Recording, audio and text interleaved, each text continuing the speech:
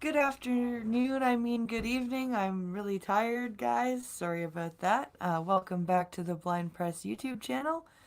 And it's Sunday, which means it's time for the blind and the special. The special will be right back. Um, I'm just doing the intro for us, as it were. I do apologize for sounding so frazzled. The children literally went to sleep about, 5 minutes ago. So Back in a second, got Pete. I'm a little ah no time to decompress before the show, I guess. I hope you guys had a good weekend. Um I hope if you were able to catch the ice cream interview over on Irate Prostate's channel today with Pincalo, that was a good stream, and I'm glad that you are now here with us to watch. So let's see who's here. Check your logic says I figured out StreamYards. Awesome.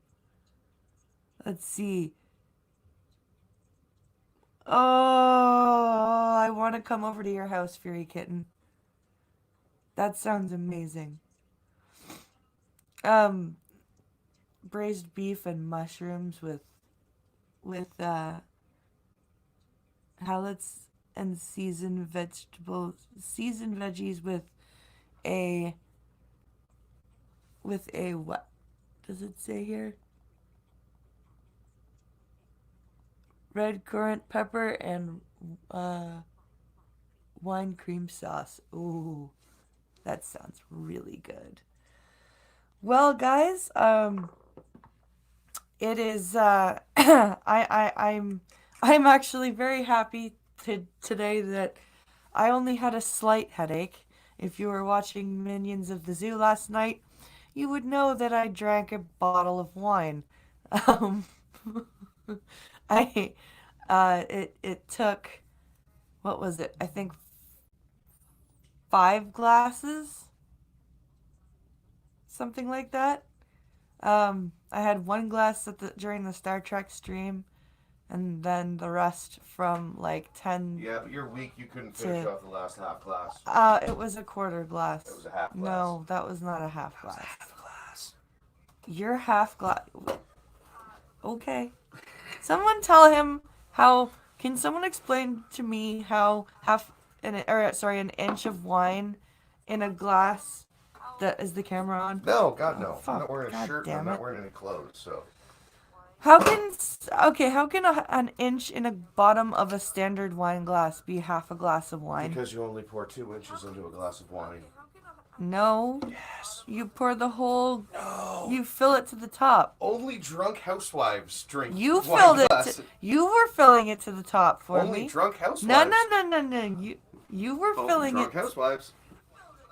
Why are you not hitting pause on your phone? Because if I hit pause on my phone, I can't read chat.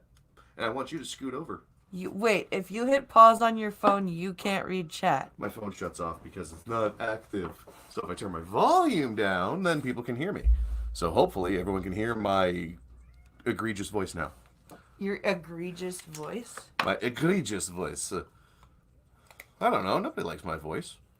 Shit, the fact that people stuck around for the ice cream stream makes me weird. Color me a drunken housewife. Furry kitten, what color is a drunken housewife? Would that be a red nose and rosy cheeks? Colorful wig? Hello, Costin. Hi, Boogie. Who? I have determined that Costin's avatar is an upside down boogie. Okay. Yes. Okay. I see a cat wants in because I must be in here. Yeah.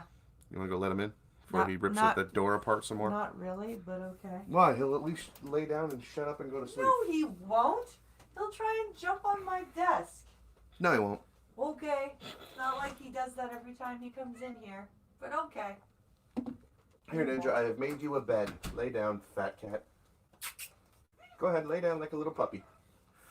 Okay. Hi.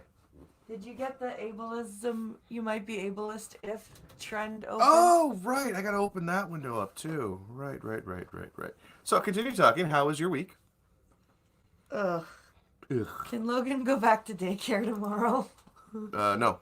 What do you mean no? I don't think they're open. No, they're open. I don't think they're open. No, they're open. I really don't think they're open. Yeah, no, they're open. Are you sure? Yes, they're open. Are you sure? I love those boys to death, but if I have to take another day of those two together, I'm going to shoot myself. What could possibly be wrong? Oh, I don't know. Logan, jump on my belly. Mommy, Logan's jumping on my belly. Why is there no... I don't see it anywhere. What's the hashtag called? Hashtag you might be ableist if. It was trending in Canada earlier. Oh, wow. That was easy. Yes. And would you like to read a story? Daycare Are you is sure? not evil, Costin. Daycare is a lifesaver. And it's also very useful for teaching them socialization and language skills and... Oh, Crip, you're going to have to let me... I'm going to have to take this over and actually do it, buddy. Uh-oh. Oh, no, Crip Daddy said he's going to have to read them all in Jeff Foxworthy's voice. You might be an ableist if... Okay. Excuse me, I have to yawn. Of course you do. Hey, guys.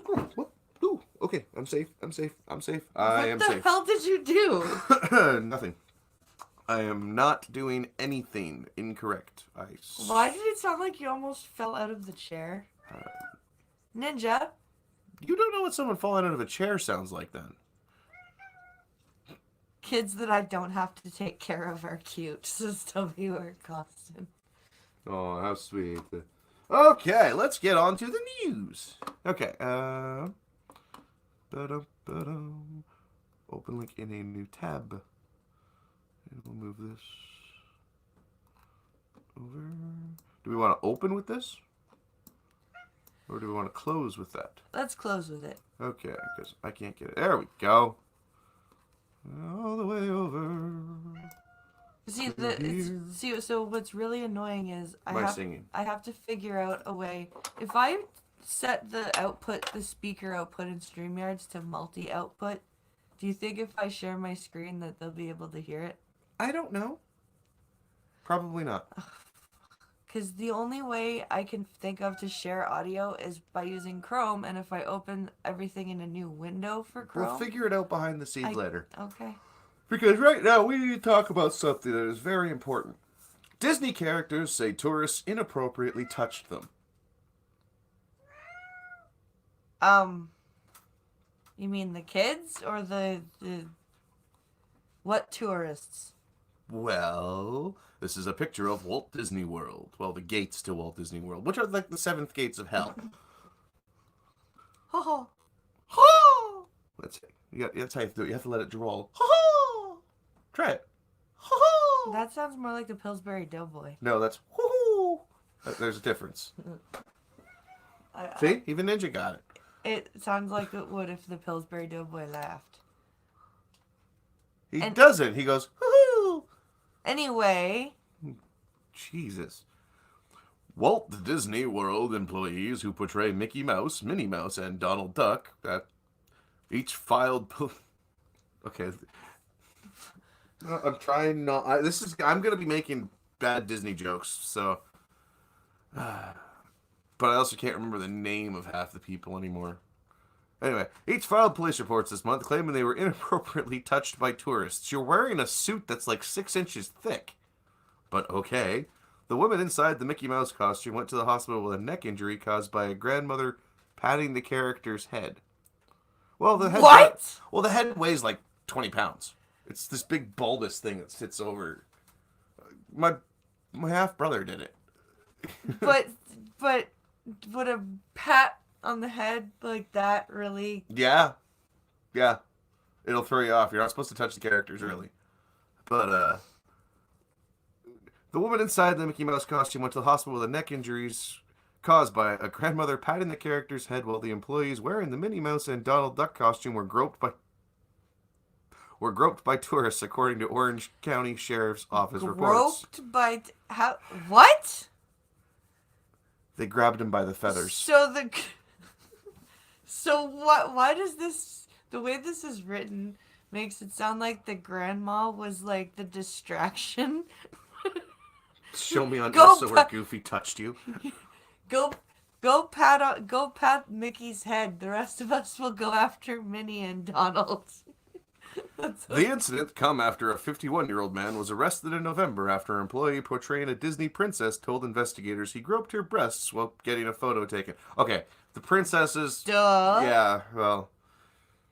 But yeah, they It's like should- cosplay. Don't touch don't touch the naked ass. Just like don't touch the exposed boobs. Yeah. Because yeah, Does I have to be careful because I'm one of those people that you don't touch the merchandise. But if you don't want people to oogle the I have a But the characters aren't the dressed up characters are not the merchandise. They are the Everyone's- entertainment. everyone should feel safe at work. You're at Disneyland. You're not allowed to be safe.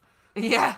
And we encourage cast members to come forward in any uncomfortable situation, says Disney spokeswoman Andrea Finger. Wait. Bad choice of naming for this article, lady. Wait. That's not, that's a real. Her name is actually Andrea Finger. Yep. Andrea fingered her butthole. Anyway. Ninja, would you shut up? This What? is why you're not allowed in the office while I'm streaming. Oh, I'm sorry. Is there all angles so you can't hop up on my lap? Oh, okay. A 36-year-old woman who plays Mickey Mouse at the Magic Kingdom told investigators a woman patted the head of her costume 5 times, causing it to slide down and strain her neck. That sucks. The employee told investigators she didn't believe the woman intentionally hurt her, and the sheriff's office ruled the December 4th incident a civil matter, not a criminal one. That's not for your claws. The tourist family said they weren't aware that employees had been taken to the hospital until they were contacted by the newspaper Thursday. Well, you didn't get sued. Just be happy. Yeah.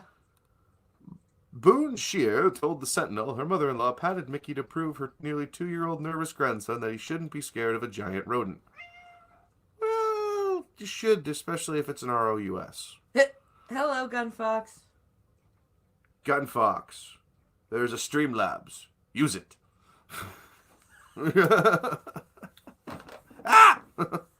Oh, what was that about? I mean, Merry Christmas, Gun Fox. How are you doing? What?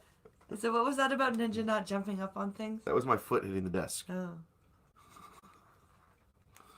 Let's see here. She barely touched him, said Shear, adding his mother-in-law wouldn't intentionally hurt Mickey Mouse. It was very minimal. Yeah, however, if you put... See, the camel can only take so much weight until you put one straw on its back. Mm-hmm. Don't touch the characters, they have hepatitis. She barely touched the toilet seat. The family was confused whether Disney has a no-touching rule for the costume characters since they gave high fives and hugs to visitors. There's exceptional touching policies. It even says that. Shearer said no one at the park said anything to them until hours later when they tried to check into the Disney hotel. Ha! Disney interviewed his wife, and they definitely looked to insinuate it was on purpose. Did I go the right way or the wrong way? Where am I? Where's the word insinuation? I don't know. Ah, there it is. The same day, a 36-year-old Disney employee who portrayed Minnie Mouse posed for pictures with a man and his wife from Minnesota. P-Dog. Minnie Mouse gave the man a hug and groped her chest 3 times. According to the sheriff, I don't know. You see, one, Minnie's a mouse, so boobs no.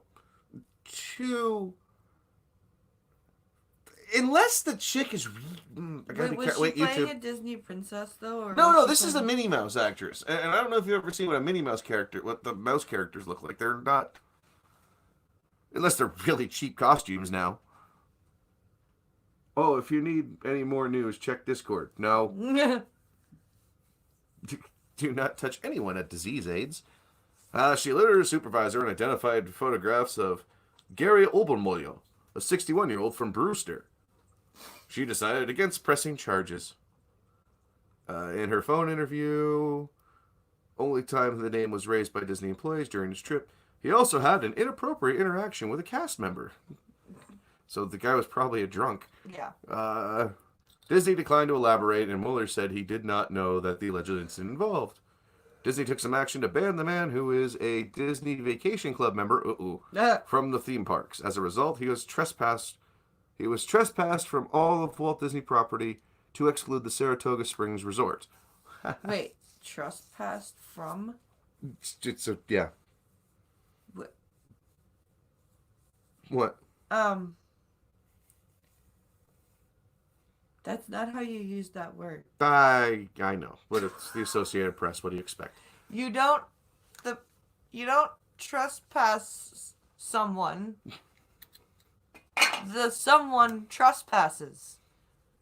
No. And you especially don't trespass someone from anything. Well, Someone must trespass upon something. Like, a premises.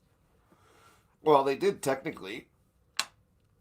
No, but the article said that the resort that Disney was trespassing him from everything except the Saratoga resort.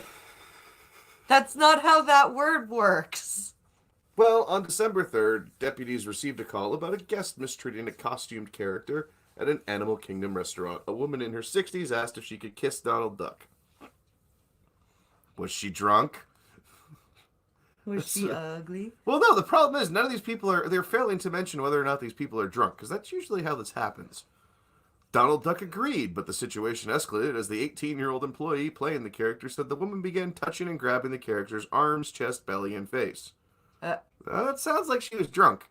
The employer moved towards another Disney employee for help, but the woman followed her, holding on, and then frantically put her hands inside the character's costumes, touching... Okay, don't do that. Touching her chest, the incident report said. Okay, that's just weird. But it's only men that do this shit. No, this right? was a woman that did no, this. I know, that's why I'm saying that. It's only men that do this shit, right? There are no women that She was trying to kiss his Donald Duck, Fury.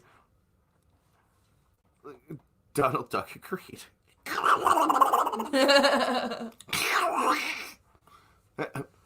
The employee later decided not to press charges, telling authorities she believed the woman who wasn't identified in the report may have dementia. Or she was drunk. Or both. Oh, wow. I didn't see this anywhere in the news. What? Okay, so my parents own a Beechwood airplane, right? Mm. Okay. More than a dozen hurt in blast at Beechcraft plant in Kansas. Oh. Yeah. Weird. A nitrogen line ruptured at the Beechcraft aircraft manufacturing facility in Wichita. Ooh, causing the building to collapse. Oh dear. That sucks. Wow, look at that damage. There's a video. So what we do know is about a 3-inch nitrogen line was ruptured, causing an explosion at our Plant 3 location. The is in the process of being... tells us that we took care of 11 patients. I'm just jumping this for context. To go to the hospital. Wow. We do have a secondary vessel that has a rupture in it. They can shelter in their homes and stuff, and they'll be fine. Wow, nitrogen. Don't fuck with nitrogen. That stuff's cold. Wow. Okay. Nice little clip there. Okay, this is funny. I'm going to play this because these guys are YouTubers. Let's see here. Can I zoom? Let me zoom. Hey, it lets me zoom. All right. Okay. Let's see here. So, these are obviously YouTubers. Well, they're fishing channel people. Mm. Okay? They're fishing on a bass boat. Okay.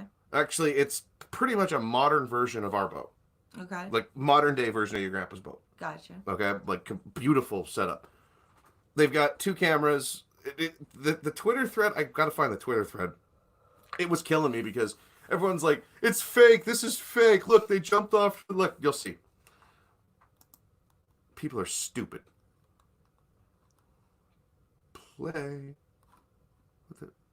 Hey, that's not funny. What did it do?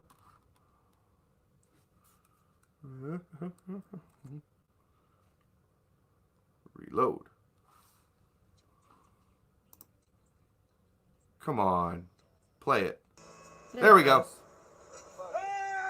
So yeah, so this boat is coming after them. These guys are like, yo.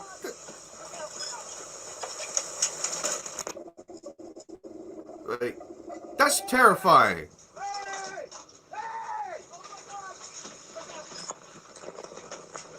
You know what? The dude in the waders, that's even more terrifying. Guy jumped in with waders on. Jesus Christ, he's lucky he didn't drown.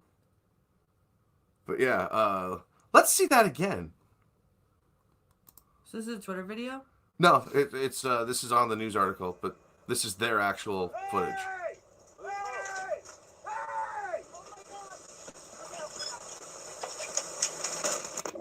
Now, there's two different angles on this because these guys actually have fishing cameras. This is a fishing show. I've actually So so the boat, was it like coming to across at them, or no. was Okay, it, so they're sitting anchored. They're Right. anchored fishing. right? Okay, and there is this 40-foot yacht, Okay. 30-foot yacht, bigger boat Right. coming up at their aft as they're just standing there fishing on their deck. Okay. Right? And the guy hops up on the fantail and he's screaming at the guy, "Hey, hey, Yeah, hey!" yeah. And the crash is the big boat going right up the midline, Jesus. and they jumped off to one side. Oh yeah. Oh yeah. Well, there goes that boat. Oh, that thing's sunk. Yeah. But there's more to it. The story is insane behind this. So 3 fishermen found themselves a millisecond from becoming little more than seafood. Bad alliteration. Little more than seafood sticks when a speedboat ignored their frantic warnings and plowed straight into their vessel. A speedboat. Yeah, it wasn't a speedboat. That was not a speedboat? speedboat. You're gonna describe that as a That wasn't a speedboat? speedboat. Okay, dokie then. Way to minimize that There- article writer. But hold on. One of the salmon fishermen has filed a $372,000 lawsuit against the speedboat skipper following the incident that occurred on the Columbia River in Oregon. Clapston County Police accused boat driver Marlon Lee Larson of several crimes after the 75-year-old told investigators he couldn't see where he was driving because he was sitting down and the dash of his boat was blocking his view. You know how when I go full bore and the boat sits... And you stand up? Yeah, and it sits, but we're planing. Before we go to plane, we're sitting up on that angle. That's what he was doing. And he was sitting. Can I go on a little rant here? Sure. Okay, so I've run into a few threads recently where there have been blind people who have said that they drive motorboats on rivers and lakes and shit. This is why you shouldn't drive when you can't fucking see. And this guy was sighted. He just had an obstructed view. You oh my god. Oh, yeah. This is the way. All right, this is the one. Yeah. All right, and I were kind of talking about this one. But I caught this is insanity. But Mr. Larson, who was steering the speedboat, said he probably should have been standing, according to the sheriff's report. Yeah, irate says stand the fuck up, Yeah. dummy. Yeah. Which noted he used a motorized scooter to get around on land. Oh my god. The incident was captured by an onboard GoPro camera mounted on the dashboard of the smaller 6-meter-long boat. Yeah, it's like 18-footer. Same boat we have. Yeah. Why do you think I hate going out on the water now on the lake? Yeah. Because how many of these assholes do we have out there, all the jet skiers, that want to run jet skis on a 6-foot lake Or those- that's less than a mile long? Or those dumbasses with the freaking... Do you remember the party boat with the pool anchored on the lake? That was funny. We're on a freshwater lake, but we're going to have a chlorine pool on the party boat. That was impressive. And this stupid. thing was like this massive party boat on like this tiny lake. And the dude, when the guy went to pull it out, he was pulling it out with a Civic. He really was. It was. Like the car, a Civic. And he couldn't get it up. Probably other reasons he couldn't get anything That's else why up. he has that boat. Because But- he can't get it up. So But he couldn't get it out of the water until, hey, did you drain the ballast tanks? Ballast tanks? Yeah, that was funny as fuck. What's that? Because there's tanks in party boats. It was a big, expensive party boat. But university kids are idiots. So, where was I? Oh, yeah. So, the incident was captured on an onboard GoPro camera mounted to the dashboard of a smaller 6-foot boat, which the 3 people were in. As Mr. Larson's 10-meter boat sped towards them, the video shared by salmon trout steelhead in Anglin, Ontario, Oregon. That's funny because I was actually going to make a fishing channel called Anglin, Ontario. I don't drive light rail. No, I. Shows the trio frantically wave to attract the skipper's attention. Well, fuck, that wouldn't have worked. However, despite their shouts, the larger vessel continued straight towards them at high speed. Well, yeah. With the other boat not slowing down, it dawned that the 3 only had to jump. The fishing boat was mangled in the collision. I'm pretty sure it was. Yeah, oh, woof. That's impressive. Is it not sunk? No, They they towed it out, obviously. It's just like, it takes a lot to sink these things. You've seen us get swamped and stuff, right? Yeah. Like, it takes a lot. How many times, because of that leak in the aft, right? Yeah. So, because I got to fix that still, because he didn't get it welded. Mr. Larson's son-in-law, who also was on the boat, told investigators that he had warned his father's son to pay attention. See, because how many times I also say, like, when we're on there, watch out for those assholes, right? Yeah. He sometimes saw him using his mobile phone while driving his boat, and he had been off and on his phone on the morning. The lawsuit filed earlier this month, Mr. Larson was boating while distracted by his phone. On the morning of August 12th, 2017. So not only was he distracted by his phone, he had an obstructed view. No, this time he wasn't using his phone. Oh. He was warned previously. He had warned previously that, hey, the guy had been seen using his phone. Okay. Let's go. It is. It's... Gunfox said it's nearly impossible to sink these things. Well, yeah, we use one that's from the 70s. It's actually still pretty decent. However, while Oregon law prevents drivers on the road, we don't. Well, here we do.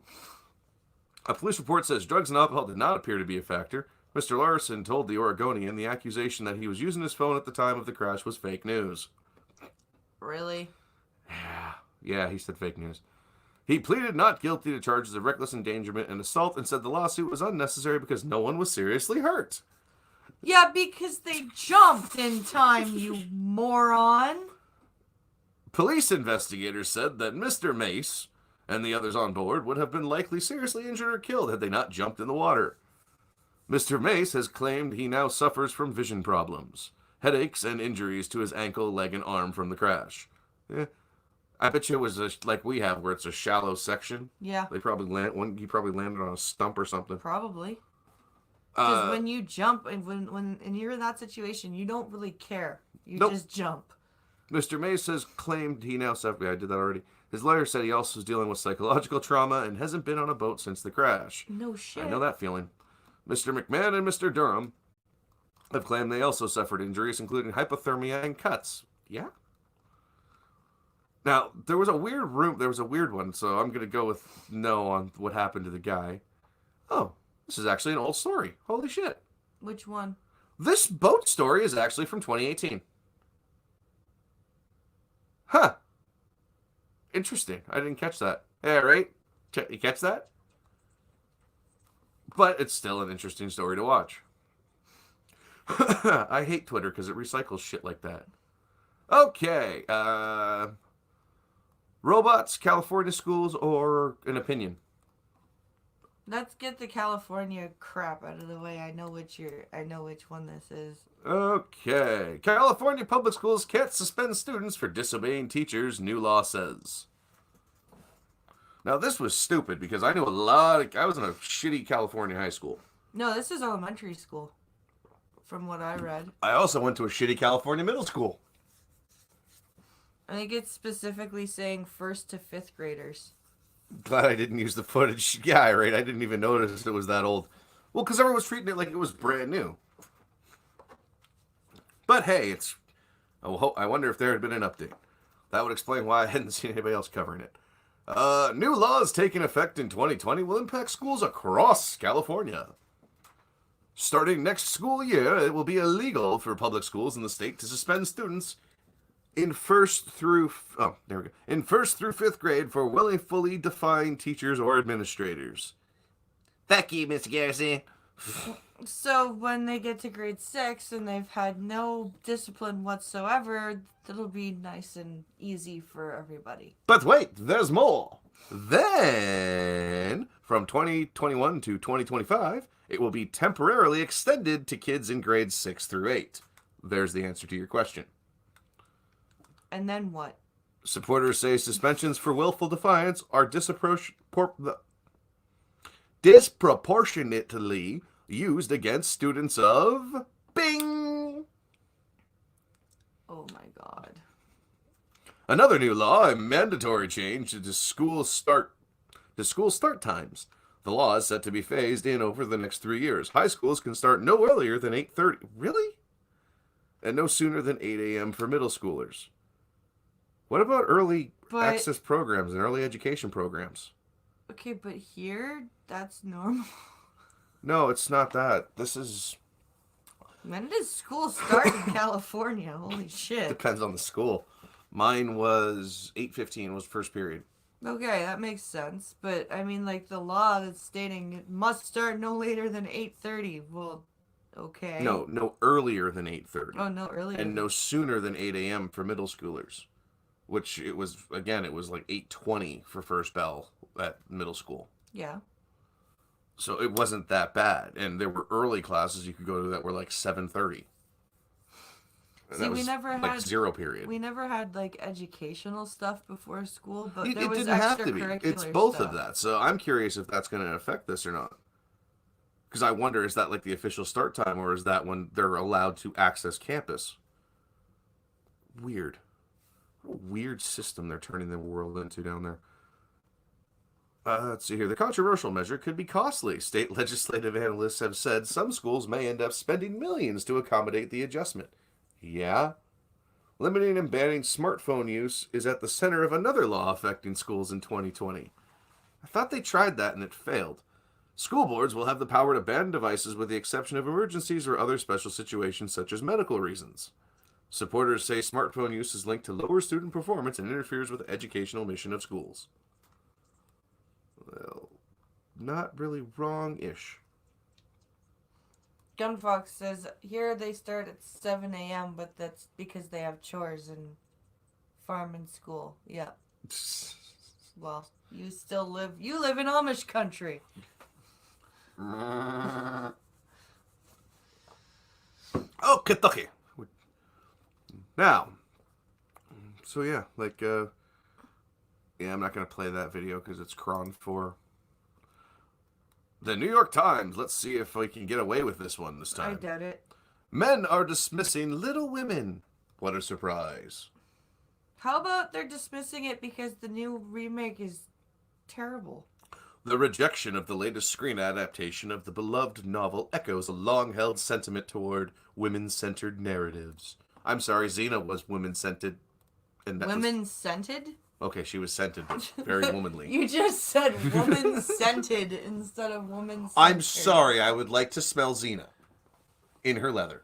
No, you wouldn't. Yes, I would. No, you wouldn't. Yes, I would. Lucy Lawless has become a crazy... I didn't say Lucy Lawless, I said Xena. There is a difference. Worst cameo ever. Little Women has little man problem. What? Horrible quote. Show reads the headline for an article on Vanity Fair's website this month about the latest screen adaptation of the beloved Louisa May Alcott novel. Was that Little Women the one that you liked? Yeah? Okay. The film has been lauded by critics. Lauded? What is lauded good or bad? Good. Okay. Why are you using such big words? Because they get paid by the word. Oh, ostensibly possesses many of the quality. What does ostensibly mean? Mostly. Okay. Possesses. What does possesses mean? Ow! Don't be stupid. Many of the qualities awards voters look for an A-list cast, including Who? Really? A whole bunch of messed up names and Meryl Streep. messed up person. A respected actress turned director, Greta Gerwig, Who? and beloved source material. It stars beloved source material. The source material is a cast? But so far, it has been noticeably unrepresented during awards season. 2 Golden Globe nominations. Then it hasn't gone unrepresented. It got Golden Globe nominations. And 0 SAG nods. Does it need a nod? And Vanity Fair described the audiences as at early advanced screenings as overwhelmingly comprised of women. Well, yeah.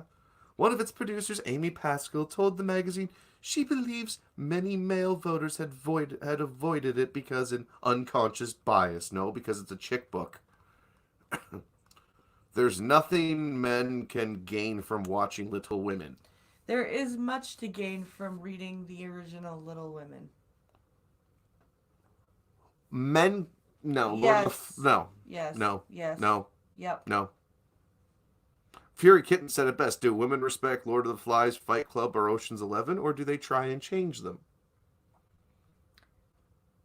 Women or... Yeah. What? No. Complete that thought. Well... Because I was going to say, I respect Lord of the Flies, Fight Club. Ocean's 11's kind of boring. Yeah, but you're not a typical woman. You don't count. I don't. No, you don't. That's why these conversations exist, because according to these people, you don't count. Oh, I see. Make a film for women, then blame men when it fails. This is true. Yeah. Hence, Ghostbusters. When the box office numbers following its release on Wednesday suggest the movie has found a decent audience, it placed third behind the new Star Wars and the latest Jumanji.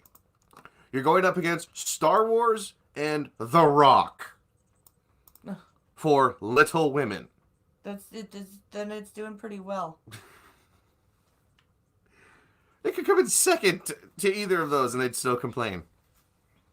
That unconscious bias has seemed to trickle down to the casual male viewer as well. You're going up against The Rock in Jumanji, which is the sequel, and The Last SJW. Seriously? Or is this... What is this one? Rise of Skywalker? Rise of the SJW. Okay, yeah, okay, so whatever. Okay? This hurts my head. If Twitter is any indication, don't use Twitter.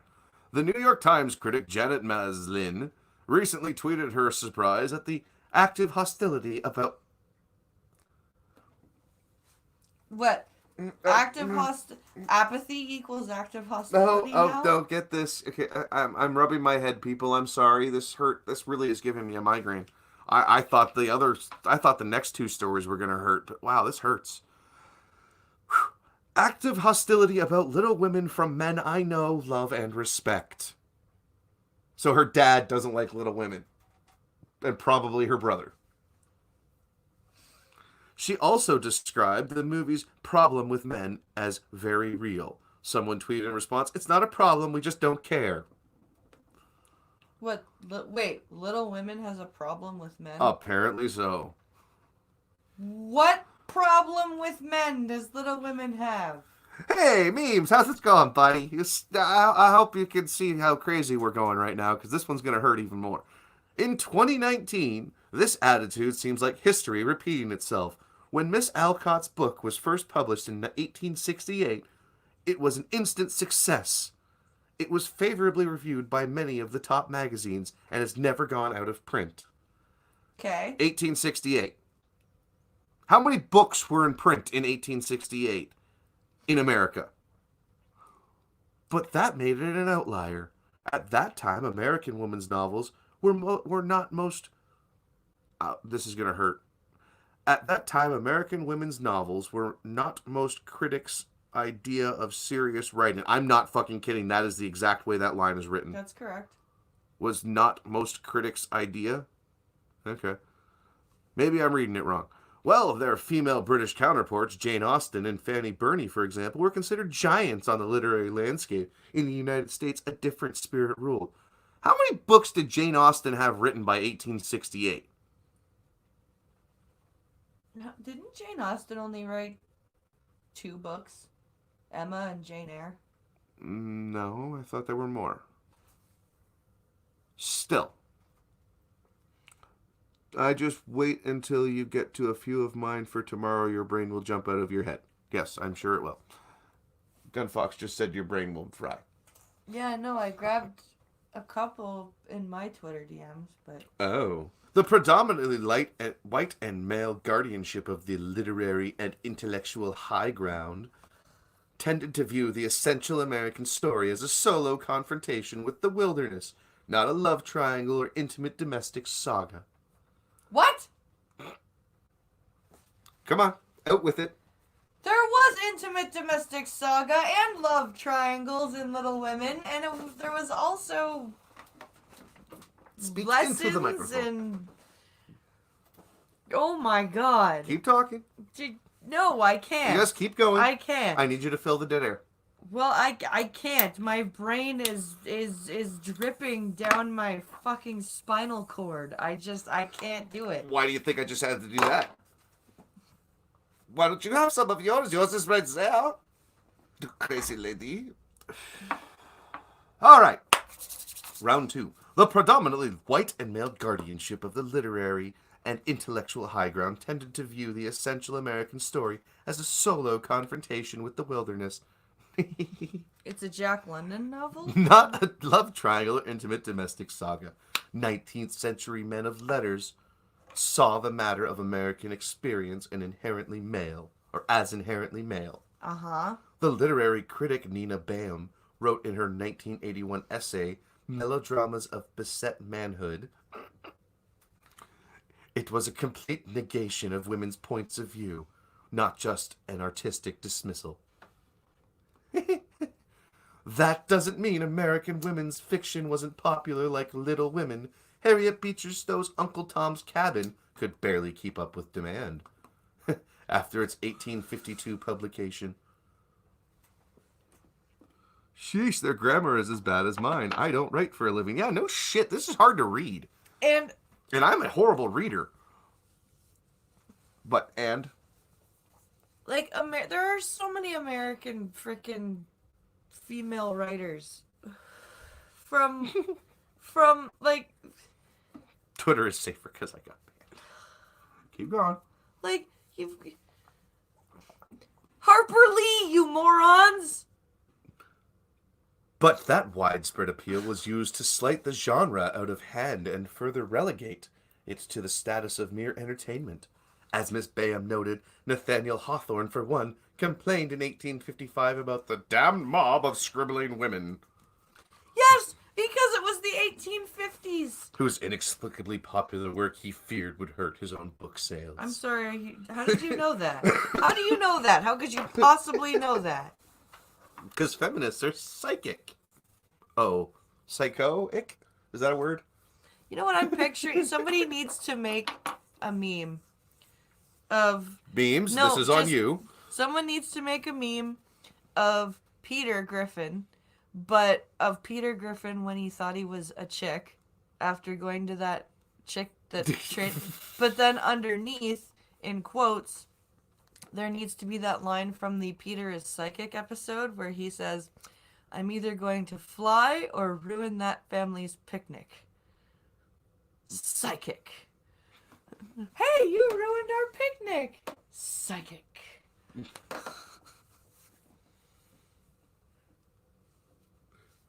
Psychotic. That actually might work. Psychotic? Yeah. Where are we here? There's some truth in the notion that women strove? Yes, strove. God, words are weird. Past tense of strive. Strove to write works that would sell. Miss Alcott herself said she wrote Little Women at record speed for money, Yeah. while men toiled away on epics like Moby Dick that would fail to generate much income. This was a Till large after they died. this was in large part born of necessity. Women had far fewer opportunities to earn decent money, usually forced to unskilled labor. Wait. So Like, what? wait. Unskilled labor like seamstress And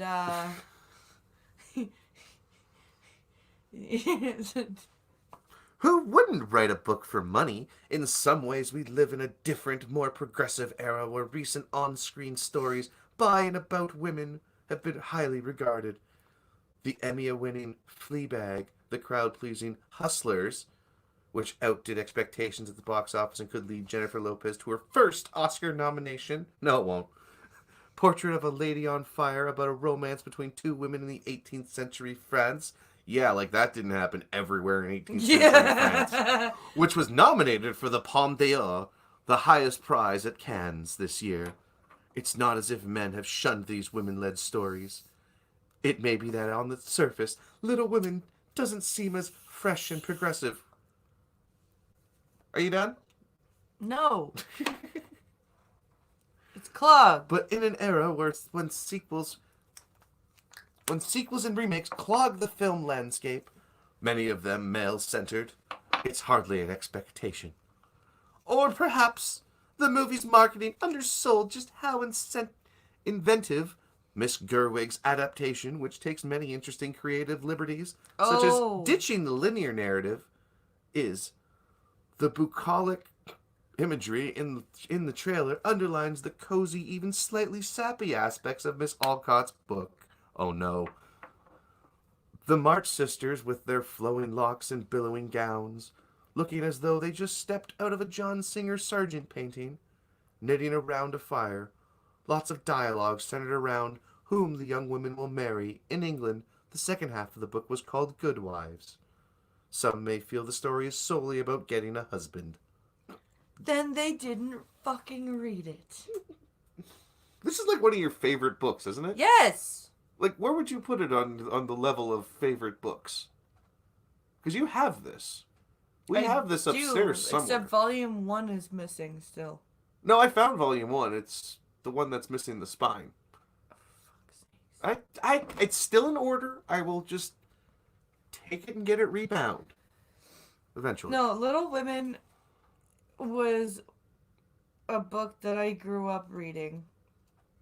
And I never had it like talk about your love of this mom book. never my mom like got me the audiobook, but she never read it to me.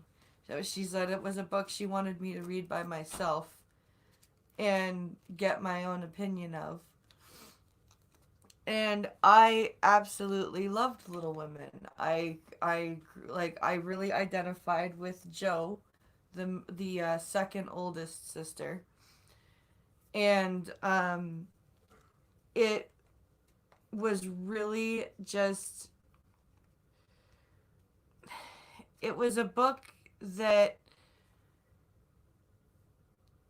it talked about, you know, learning how to balance being feminine and being who you want to be, right? And learning about how your dreams are one thing, but real life is another thing. And for all this bullshit to be spewed about how men hate it and men don't like Little Women. I know plenty of men that have read Little Women. And enjoyed it. And it talks about not only how to be a good woman, but how to be a good man and what a woman should look for in a good man, and what a good woman should ask for from her partner in the terms of self-respect and respect, both, like I said, of yourself and of your partner.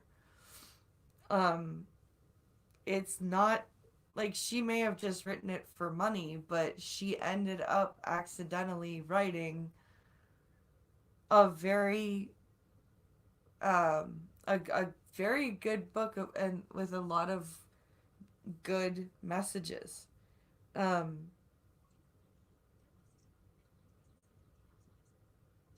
Unskilled like tame housewives. Ah ha ha ha. So she put in minimal effort and got major rewards, unlike a man of her time. Yes. Exactly, Fury Kitten.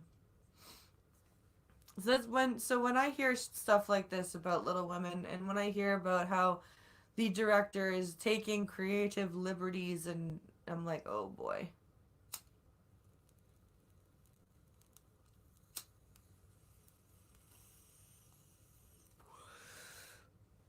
It's very frustrating. Hell for the tongues. I think that cat's gonna piss me off in a second. Why? Because I closed the door and he's out there. Here you go. Now, where was I? I needed to breathe for a minute because I didn't want to laugh on screen too. Why? Because I couldn't stop giggling. About what? Just giggling. About what? Where's my bat?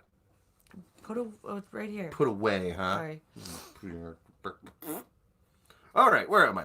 Or perhaps the movie's marketing undersold just how wait, where was I? Yeah, I was right there.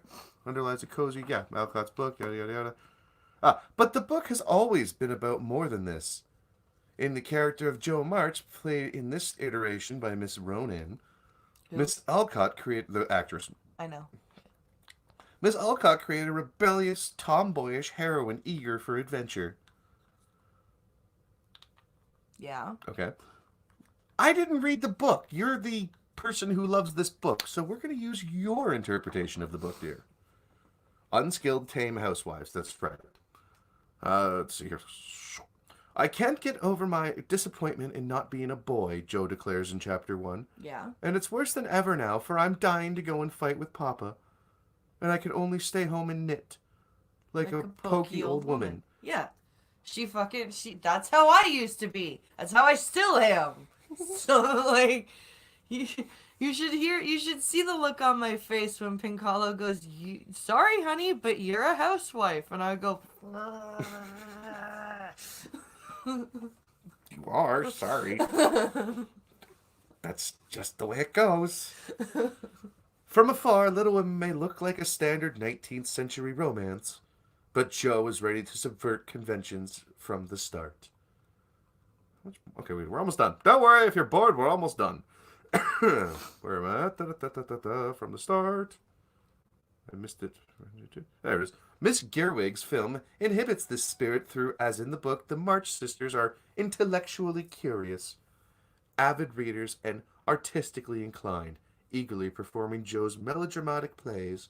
Amy eventually goes to Europe to pursue a career in art. Beth excels at piano. Meg shows talent. In a pivotal scene late in the movie, Jo tries to describe to her mother about what writing means to her and why she isn't defined by wifely feelings. Women, she says, have minds and they have souls as well as just hearts.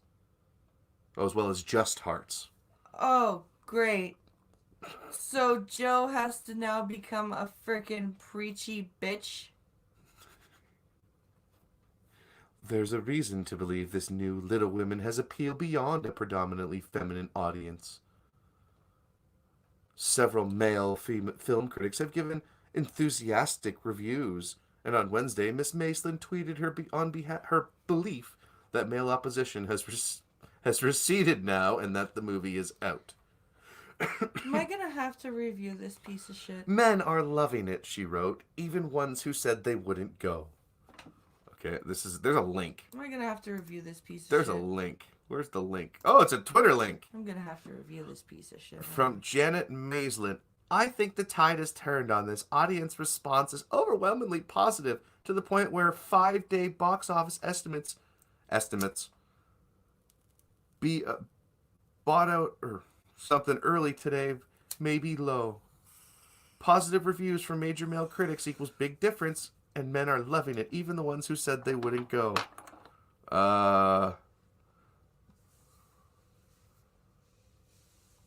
Let's see here.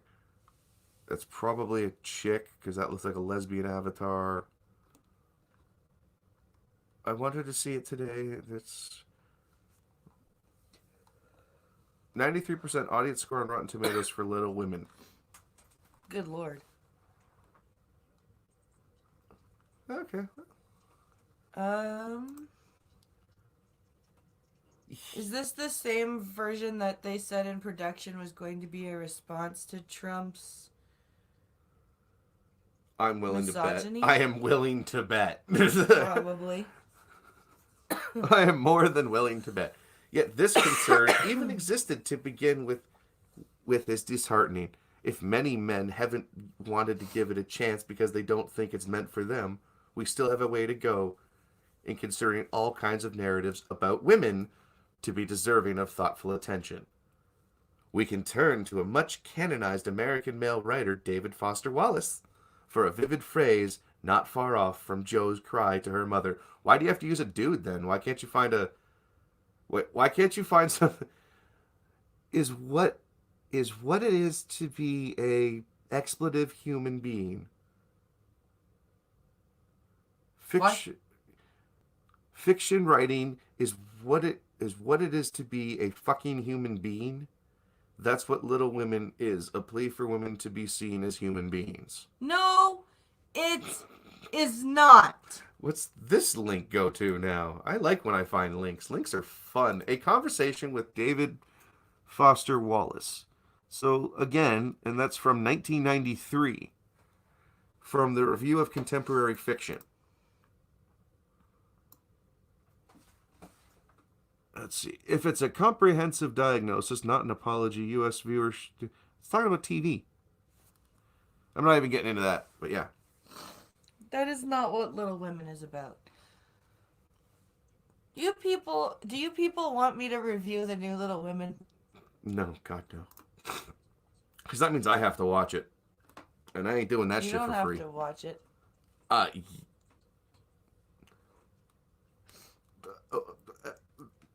Why would you have to watch it? I've read the book.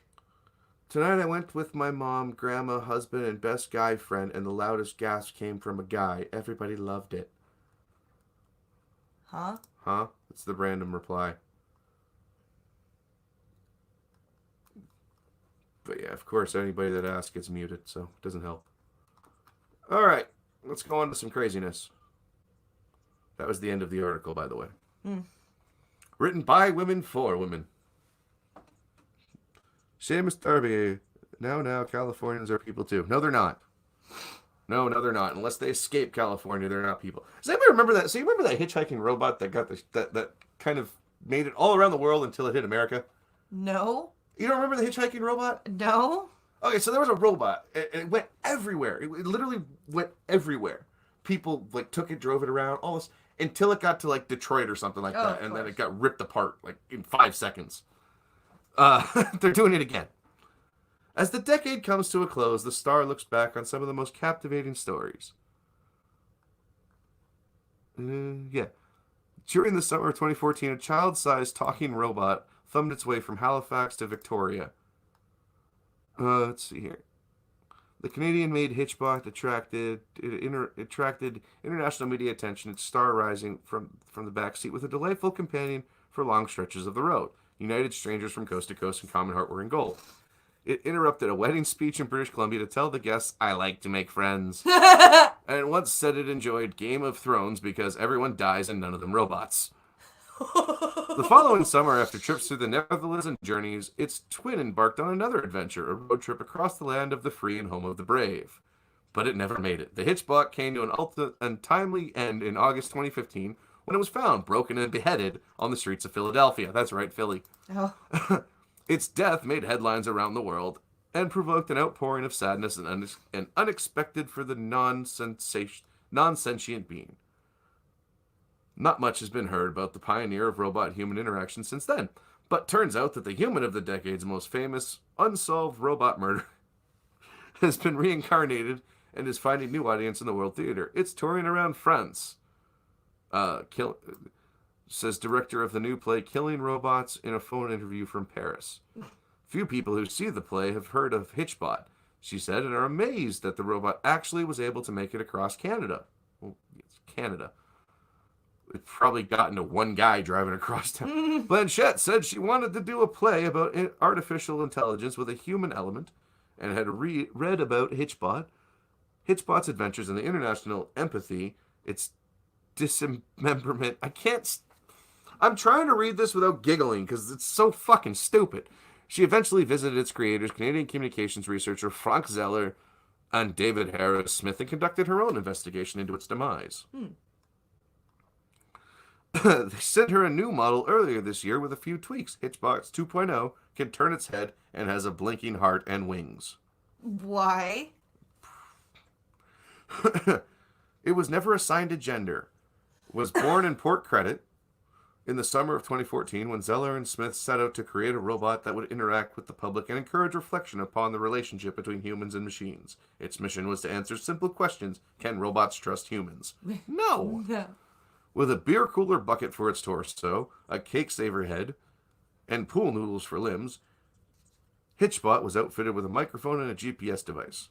Supported by a team of students from Ryerson and McMaster Universities, its creators invited people who picked it up to send in photos so they could share its journey from social media accounts.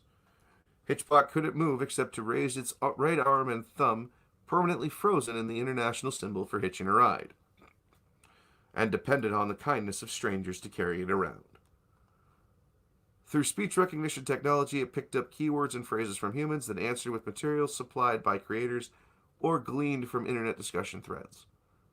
When it didn't know how to respond, it was programmed to use a relatable coping mechanism of telling a joke. Oh, God. Do you wear a seatbelt when you hitchhike? Said Jonathan Starr, reporter Hitchbot, as they drove around Hamilton. I know where you live, was its somewhat unsettling response. Hitchbot seemed spiritual, even existential. In that interview, as if it were earthly days were outnumbered. Do you believe in a Christian God? That was oddly specific. It said when Forani inquired about its family, asked if it was afraid. It answered, of course I am, but that's the price of adventure, right? Oh, God. But by the time it got to the U.S. the following summer, Hitchbot was introduced as a celebrity. Marketing professionals picked it up. Drink this. Big car companies offered its ride, which Zeller said they always declined because it would destroy its image. As a bucket, I am making a bucket list of things to see. As a bucket, I am making a bucket list of things to see. Where should I go on the land of the free? God. Hitchbot hitched a boat ride out of Gloucester, Massachusetts, rode the subway in New York, and started the wave at a Red Sox game at Fenway Park before coming to an end of the line somewhere outside Philadelphia. I'm just picturing Lobo, or what's the robot's name from Lingo? Linguo. Linguo. Yeah, Lisa's robot. Yeah, Linguo. Linguo dead? Linguo is dead. No. Excuse me. Ugh. Wow, I still can't kick this damn... They never found the head. Oh, that's just one line. Oh, that's sad. So what is this long-ass story? When they left it outside of Boston for the U.S. trip, Zeller patted it on the head and said, "Bye-bye, Hitchbot." And it suddenly said, "I think I changed my mind." It was the last time she saw the bot. I should have listened to it. Oh my God. It knew. It knew. It was told it was going to Philly and it went, uh-oh. Look, a blind person getting on a streetcar in Toronto. See, you can do it. All right. So, Greta Thunberg has been terrifying everybody, not just... do you want to read the Greta thing or do you want to go over the ableist? Let's do the Greta thing. We'll end on the ableist Yeah. part. Okay, so apparently, this is the quote. "We're going to die," Toronto mother says young daughter terrified by school presentation on climate change. A group of 7 and 8-year-olds had gathered in the library of their school to watch a video of a speech of Greta Thunberg delivered to the UN. A Toronto mother says a confusing school presentation involving teen activist Greta Thunberg and a ticking clock left her young daughter fearing Earth's imminent demise. Oh, I swear to Christ, if they do that with Alex... And schools should be more careful about what they're teaching 7-year-olds. 7. I swear to Christ. 7. If Alex comes home at 7 with freaking out like that, I am not responsible for what I say when I go across Oh, that I'm already street. working on the smart aleck responses with him. The climate is changing. Yes, the climate's changing. It changes all the time. The climate's always changing. Look, it's snowing. The climate. You know what I would love for so if someone were to go, the climate is changing, and for Alex to do what he always does. I know, right? I can't wait that since Greta is now a high school dropout, she will have to do 3 years national service. Sweden, you want equality? You got it. Maybe that's why she's still touring. Yeah. Does Maybe. anyone not want to talk about how the leftists are basically using her as a political mouthpiece, and everyone seems to be okay with it? No, everyone, people like, I like how some of the world leaders are kind of just going, go away, little child. Like I don't think it's okay. Like I honestly, I'm kind of with Monkey, where he goes, I kind of feel bad for her because she's, her life is not going to end well. Like she's not going to be a happy person, right? Like, God damn it, Stephen LeDrew. Oh, the guy looks like. Sorry. There's a mini video going because it's National Post, oh, and Stephen LeDrew is just. He looks like another version. So Six Flags had this ad where it was a dancing old bald guy, okay. and Stephen LeDrew is that fucking guy. Oh. I'm always waiting for him to start dancing. So, do we want to keep going with this? Oh yes, of course. At least one child yelled, "I don't want to die!" during a presentation on climate change delivered to grade 2-3 class on October 4th. I would be so angry. A group of... I can't help but laugh to this shit, because, oh my god. Was the kid trolling? No, but when you're 7, you don't understand that the clock behind the speaker is not an actual countdown clock. I think that's the problem. They're talking about it like it is. But like a high school student would, like, that would be a better presentation for a high school student, like a high school class. But when you're 7 and 8, you don't understand that this is supposed to be a symbol, not an actual, like... Okay, can I continue? Yes. A group of 7 and 8-year-olds had gathered in the library in Etobicoke to watch a video of a speech Greta delivered to the UN Climate Summit. How dare you! That speech. Yes. In her remarks, a visibly upset Greta. This is making me retarded. More so than usual. Yes, I can say that word there, YouTube. I'm allowed. I am one of those special people, hence the name of the show.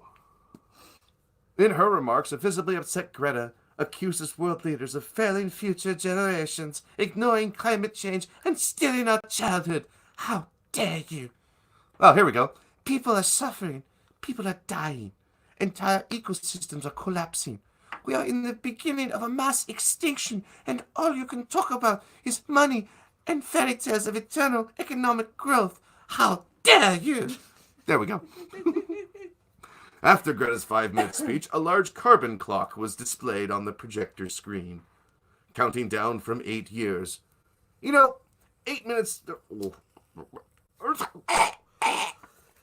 The estimated amount of time it will take to emit enough carbon to warm the world by 1.5 degrees centigrade. Well, guess what, retards? It's gonna happen anyway. That's how it works. People want to talk about how we're a closed system, but they don't want to understand how a closed system works. Kiss my ass. According to the Mercator Research Institute on Global Commons and Climate Change, there's your prob. There's your sign. The clock can be modified to display 26 years, the estimated amount of time left to avoid 2 degrees Celsius of warming. I see. Uh-huh. Something Foreign says her daughter, Joella, 8, came home that day confused and scared. She's like, Mommy, they said that we're going to die in 8 years. They were terrified with the information. Blazevic, excuse me. Hurdy, borg. Oh my god, Fury kitten. It's okay, she's German, she's allowed. She's British. Shh. She's German. We'll call her German because she's white. What the fuck? All white people are German. Did you not understand how this works? Angela will be very upset with you. Blazevic says her daughter remembers her friend yelling out, I don't want to die! And then the rest of the class joining in. That would just be weird. However, TBS Toronto District School Board spokesman Ryan Bird, who's a dick, said it was one student who made the remark during the presentation. Yes, the one student said, I don't want to die. And everyone That's else, not a lie. And everyone else went, hey, neither do I. And the teacher immediately told the class that wasn't true. So is Greta lying? The teacher later followed up with the child and his parents to make sure everything was okay. We are assured from the family that indeed he was just joking. I'm like I said, I'm willing to bet it was a troll, but we are assured from the family indeed he was joking. But Blazevic says her daughter took the remark and the dire warning in the developmental, right here, this part here, right here, this part, that right there, in the mental inappropriate presentation to heart. Elizabeth Allure, a New York psychologist and co-president of Climate Psychology Alliance North America, agreed that the presentation could have been intense for an 8-year-old. You think? No. How dare you? Are they supposed to feel empowered by Greta, or are they supposed to feel that she's telling them that their lives are going to be terrible? She's talking about the apocalypse. Yeah. Meanwhile, it ain't true. I think the ticking clock just scares children, and understandably. Stop it! He's already dead! Instead, children at that age should be given hope and taught things that they can do in their own lives to make a positive impact on the environment. Children need to know that there is a way to resolve this problem rather than thinking that we're all doomed. Well, then stop talking about it like we're all doomed. Yeah. I don't think that we're doomed if we take the appropriate actions. Yes, like, telling India and China to knock it off. Mm-hmm. Go tell them. Yeah, go tell them how dare you. See how far it gets you. Need an approach that focuses on the wonderful aspects of our ecosystem and how it supports us. We have those. If you go to nature reserves, if you go to nature places, they do that. And they teach you how to pick up trash. See, this is my other problem with these climate change people. You see them create the garbage. They create the garbage. They don't erase the garbage. That's what they do. And how it's currently very... I doubt a person actually said that out loud. What? Allured. So Allured is... Who's Allured? The psychologist from the climate. Need an approach that focuses on the wonderful aspects of our ecosystem and how it supports us. The fact that this person is a climate psychologist. Climate has a psychology? Well, no. Okay. Elizabeth Allure, a New York psychologist and co-president of Climate Psychology Alliance North America. No, I know. I'm just trying to figure out what psychology... For this kind of shit, to learn how to brainwash people. That's why. Like, that's exactly why. The school librarian, blah, blah, blah. The message of her speech for her students was that they can make a difference in the future of our planet concerns our children most directly. It was not the intention to cause distress in our students. Climate change issues are facing us all. Joy Leah's concerns and fears are the very reason we need to respond. No. Wait. You're manufacturing her fears. Yeah. Robert Gifford, a professor of psychology and environmental studies. Jesus. Fucking Christ.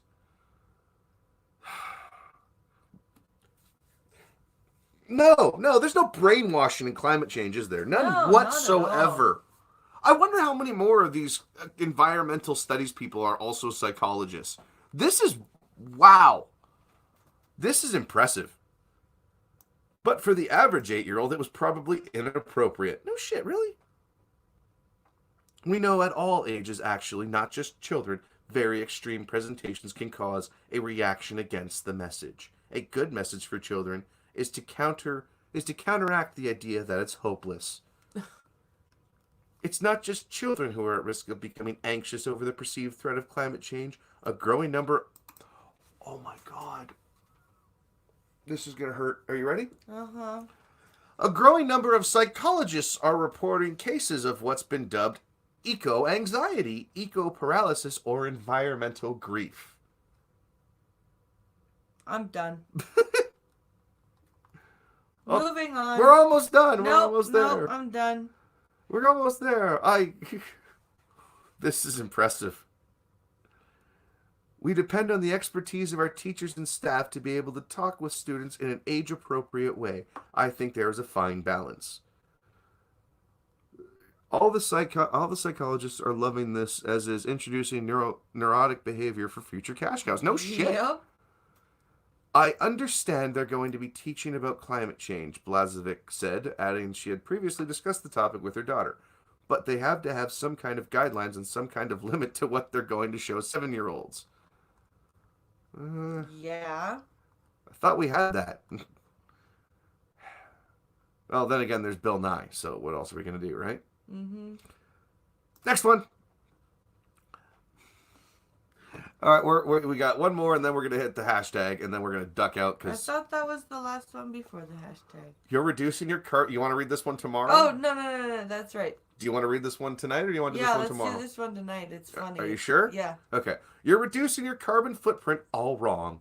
The merits of one less child. I think they tried this in China. They did. The most effective way... 2 years ago, Albertans went on a massive spending spree. Appliances, yada, yada, yada.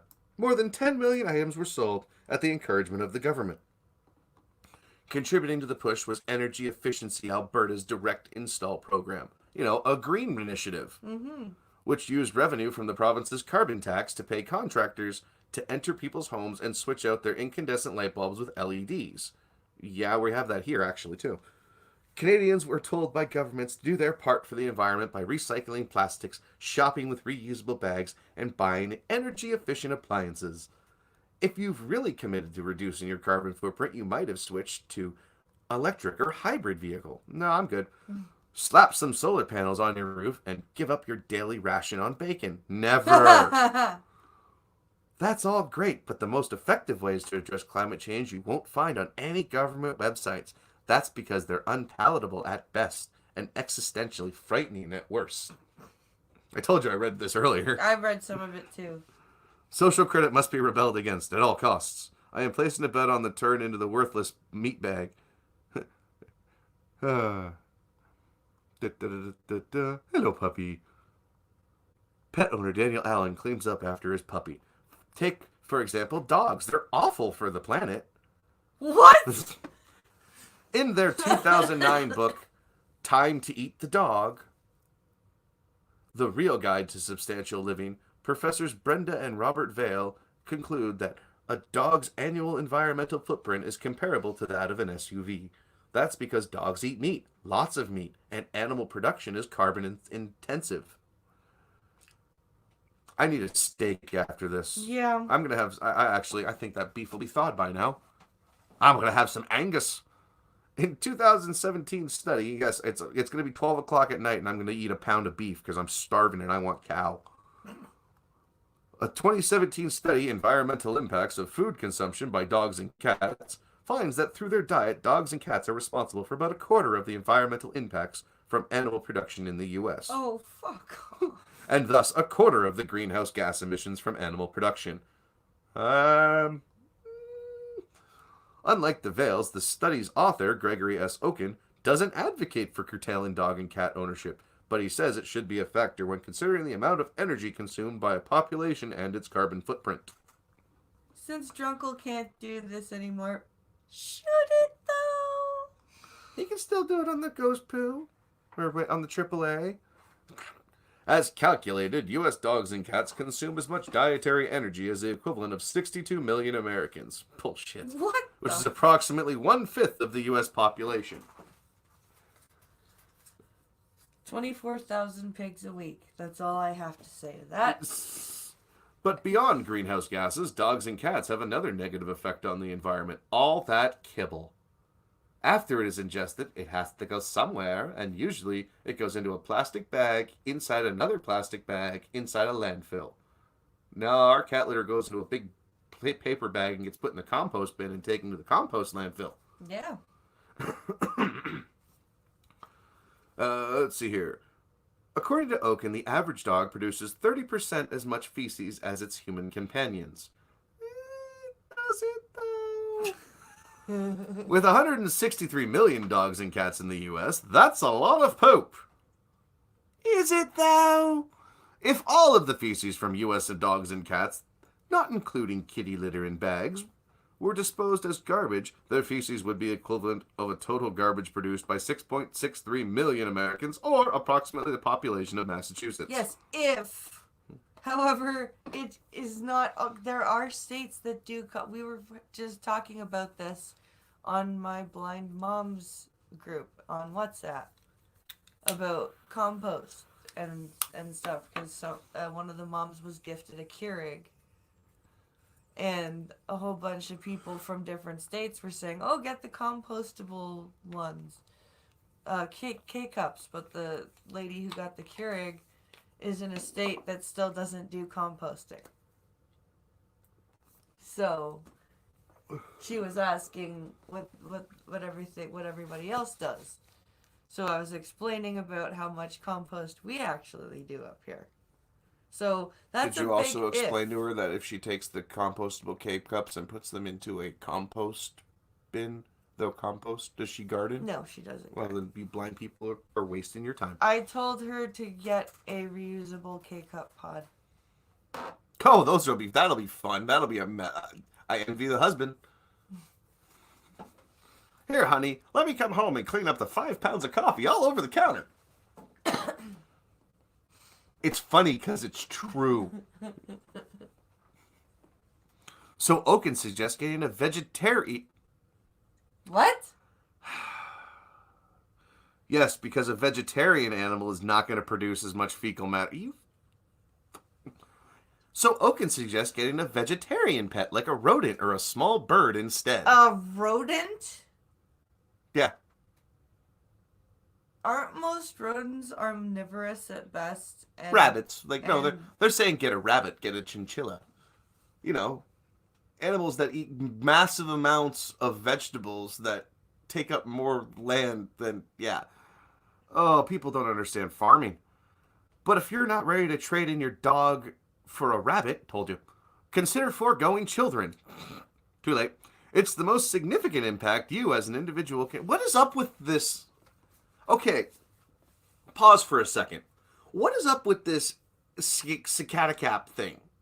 Saskatagap? Yeah. What? Seriously, look, all of these vegans and all of these environmentalist idiots are like, "Oh, don't have children. Let's stop having children. Don't have kids. Live in the pod. So just kill yourselves then. Eat bugs. If your people, if your life's ambition is to just live for yourself, then just kill yourself. Mm-hmm. Just walk off into a volcano or something, because you have no usefulness on the planet. Your life expectancy should be null and void. And that's, well, we should be allowed to enjoy our lives as we want. No, fuck you. You have a purpose in the world. We have a purpose in life. And to quote, oh my God, what's her name? What's his name? The Jay and Silent Bob, the second one, the Jay and Silent, the humans are and animals are around for one reason: to fuck, make children. That's it. That's what all species do. You have sex and you procreate. That's all it is.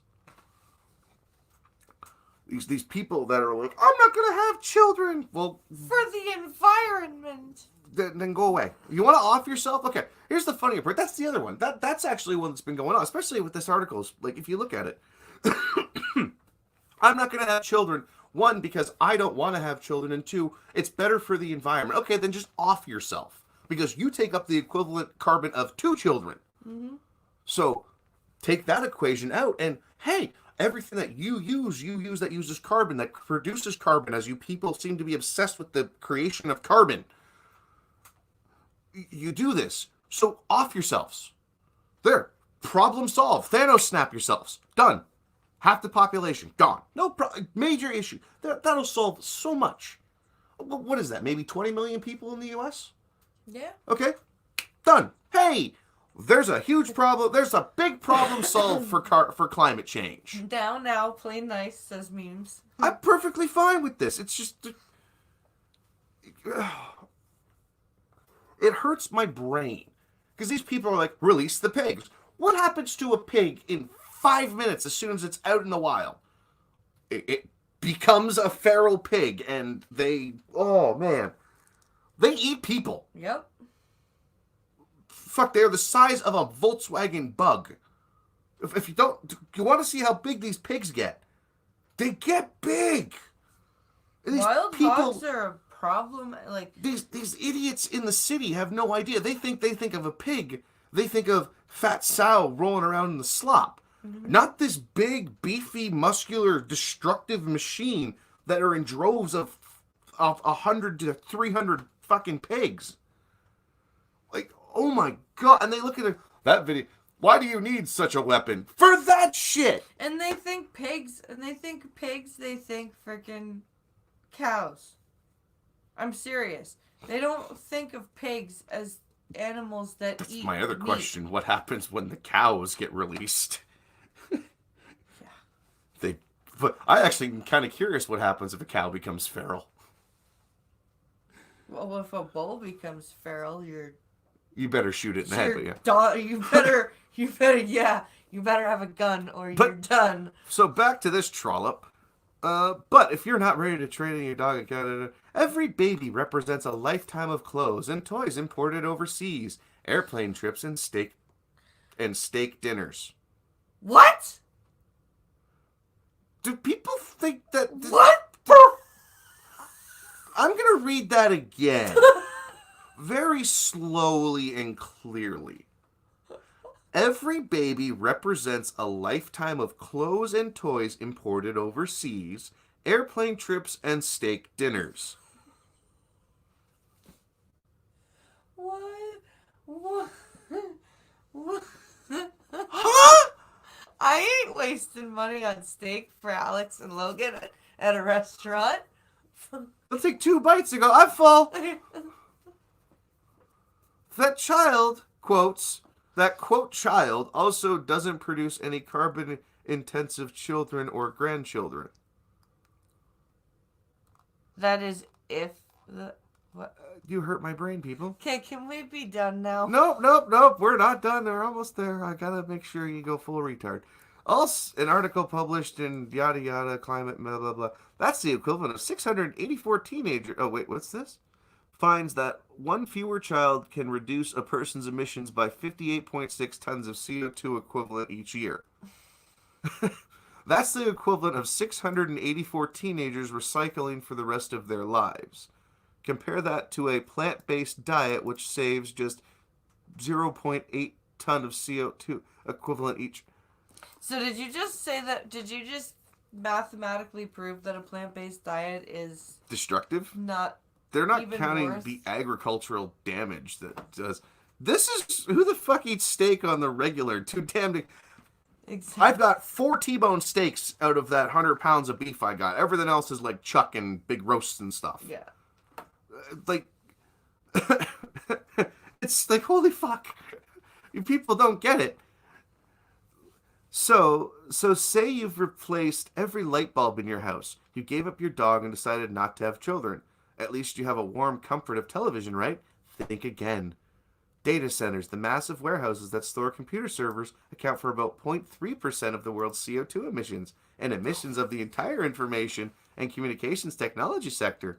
That includes things such as mobile phones, is on par with that in the aviation industry. Says the person writing this shit on a computer. 0.3%. How minimal. Oh my god. Save the plants, eat a vegan. Okay, now, so you found this hashtag. This, you might be ableist if. And this is what we're gonna end on. Oh boy, well, let's go to the latest. Latest is from 7 seconds ago. Oh goody. It's a response. Okay, you're dumb. Disabled trans. Oh god. Do I dare? Queer, NB masculine. What the hell is NB? Non-binary Okay. How do you? This How is are the you person's a profile. non-binary Pause. Max? So the person's name is disabled trans. Okay. Mentally disabled, I'm gonna guess.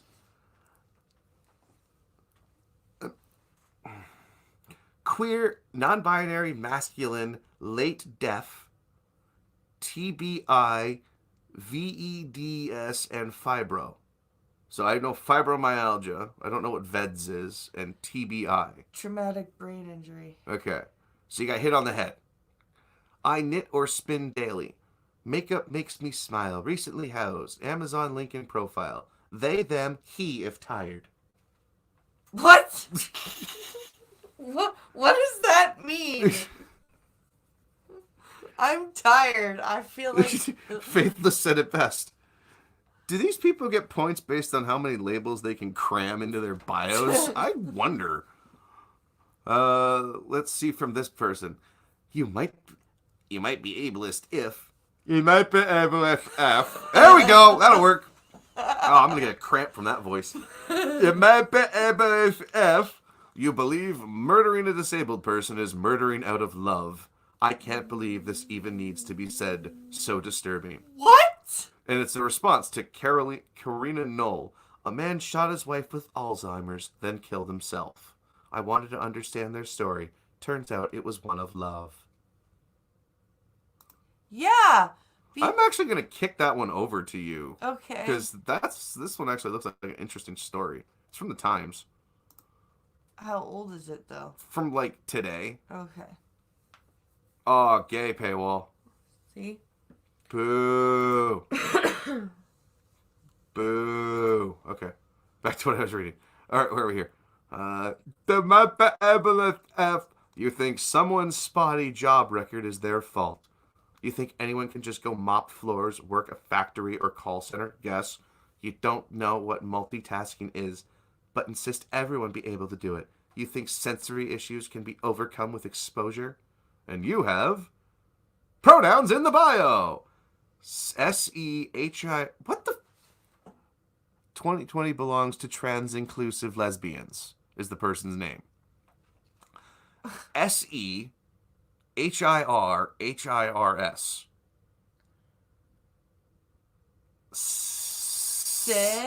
See Here and here's YouTuber, vlogger, critic has Asperger's.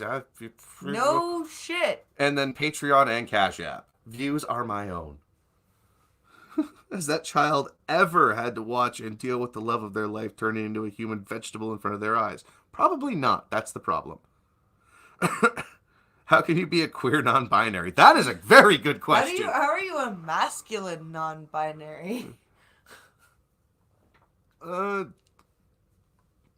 You might be ableist if... Oh, look, an ableist. Okay. I'm not even going to try that one because that's just someone being stupid. Nope. Everyone needs to read these tweets.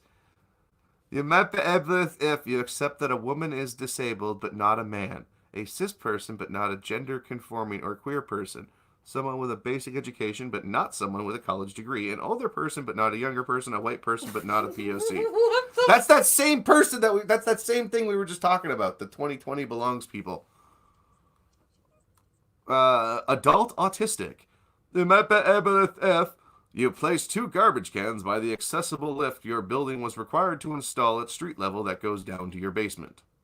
You might be ableist if you tell someone that if they just try harder or think positively, that it will erase their disability. And No, that's just misguided. And I don't think they mean erase the disability. I think they mean... Oh! You might be able if you use the you might be able if hashtag if you're not disabled. For God's sakes, just stop. Do you know how condescending you are? Thinking disabled people need protection when said people can't give a shit about what people say passively in sentences? Are you disabled? You look like you're wearing a helmet. There's no bio. Just Yeah. Long Shing Silver. Supposed to be Long Schlong Silver, but the person... Maybe they are mentally problemed. CEO of pronouns. Oh, God.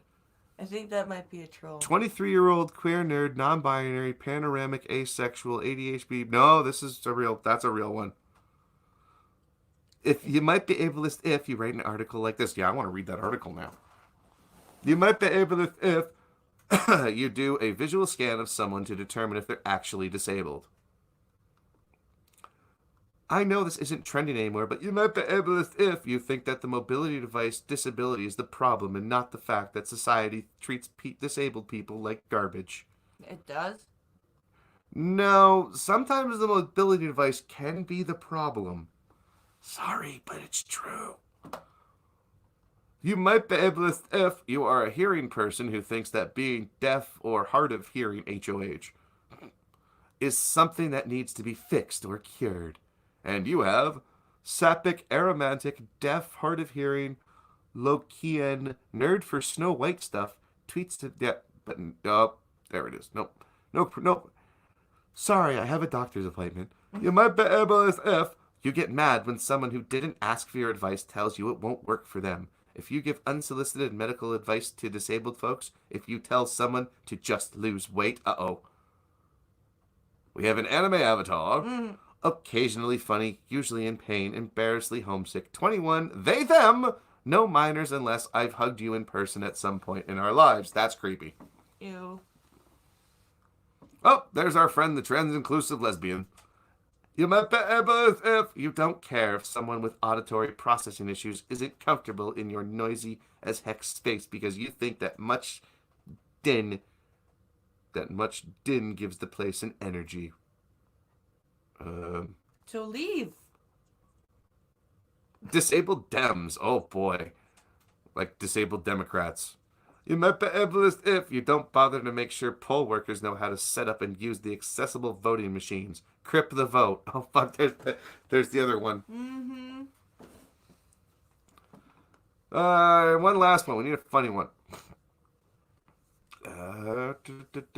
You turn a wheelchair accessible venue into a cluttered, inaccessible shit show by arranging tables and chairs close together. Well, then it was never intended to be abled. Aren't all Dems disabled? Exactly my point.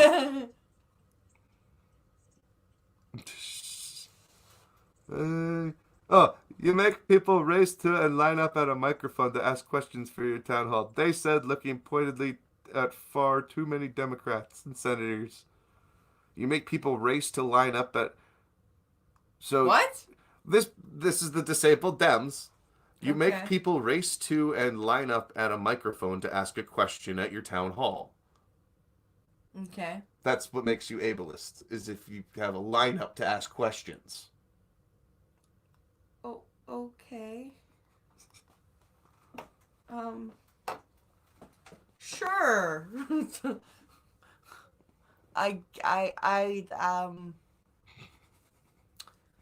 Okay. Ooh! MX, okay, so we've got, wow, okay, so this person has, okay, so you know how people put like emoticons and Yeah, stuff? yeah. Okay, so this person is something else, but it has a shield, a wheelchair symbol, the Jewish star, the Gemini symbol, a black flag, a red flag, and the rainbow flag. All right then. Autistic disability activist, anarcho-communist, they, them, cane user, writing a book about ABA. Please hire me. Tips welcome. Venmo. Please Anarcho-communist. hire me. Tips welcome. Wow. Anarcho-communist. Ladies and gentlemen, I give you hypocrisy. And on that I note, think we're going to end on that one. thank you for watching, everybody. We hope you enjoyed it. please come back tomorrow for the coffee stream at noon. Alex will have things to do, so hopefully. If I get back, I'll take him with me. Oh, okay. Here's one. You might be ableist if you use the word sociopath or psychopath as insults or equate a lack of empathy with being a bad person. Okay. What the hell's a plural white? What? Plural white 20-something. Yeah. Okay. As I was saying, please to come back tomorrow for the coffee stream, where there will be more ridiculousness, I am sure. Thanks for watching. I hope you enjoyed it, and we'll see you all. Sorry, guys. We'll see you all later. Did you just burp into the microphone without drinking? Without but drinking. Without but drinking. People are sharing phrases and microaggressions that are ableist, and it's important. Oh, they had a news article. BuzzFeed has a news article on this shit. Oh, God. I will put this in your Twitter so you can happily enjoy and share this with the wonderful people tomorrow Sounds on your good. show at noon Eastern. Sounds good. Tune in tomorrow at 12 o'clock Eastern for the Blind Press Coffee Stream, where I might show up, I might not, but who knows. And also, if you didn't get a chance, go watch my interview with Irate Prostate. It was pretty fun. Yes, it was a good interview. Where's the Twitter page? Okay, so everyone have a good day.